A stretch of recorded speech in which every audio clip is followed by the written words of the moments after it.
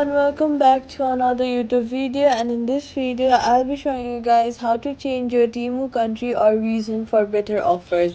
If you're seeing the wrong currency, limited products or fewer discounts, switching your region might help unlock better ideas. First of all, open the Temu app on your iPhone and then tap View in the bottom right corner. Next, what you're gonna do is scroll down and then go to settings. After that, tap country/regions. You'll see a list of available countries and regions. Select the country or region you want. Temu will refresh and show prices, deals and products available in that area. If needed, restart the app to apply the change fully.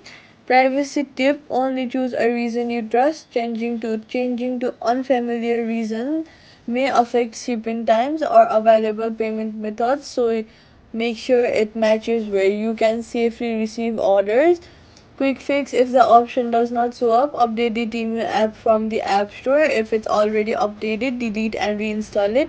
This often brings back the country region settings. And that's it. Subscribe for more quick and easy tech fixes.